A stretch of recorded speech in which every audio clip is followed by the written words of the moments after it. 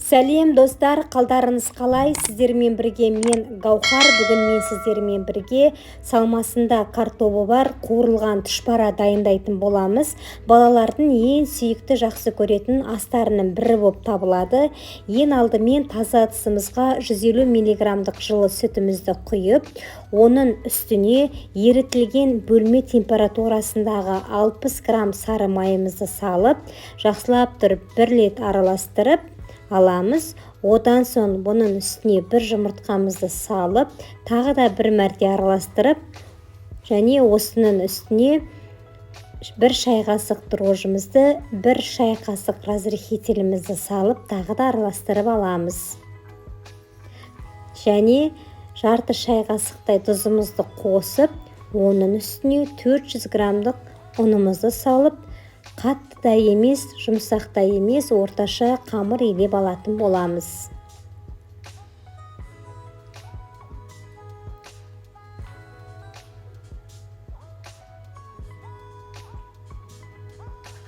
Мінекей, қамырымыз дайын. Енді осы қамырды 2 бөлікке бөліп жайып аламын. Енді оны өздеріңіз бірден жаям десеңіздер де болады, бірақ менің үстелім жіңішке болғандықтан 2 бөліктерге бөліп алдым. Және бөлек ыдысқа 4-5 картобымды бөліктерге бөліп суға қайнатып алдым. Дағы татымына қарай тұзын бұрышы салып езіп алдым.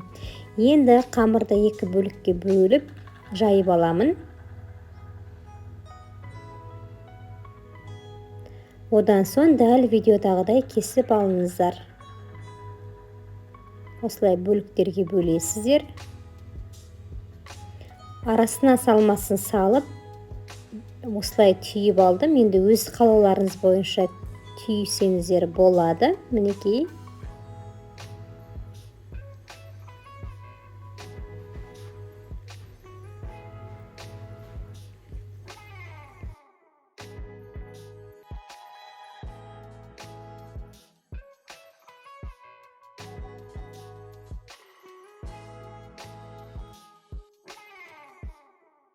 Енді қызып тұрған майымызға 2 жақ бетін қуырып пісіріп алатын боламыз.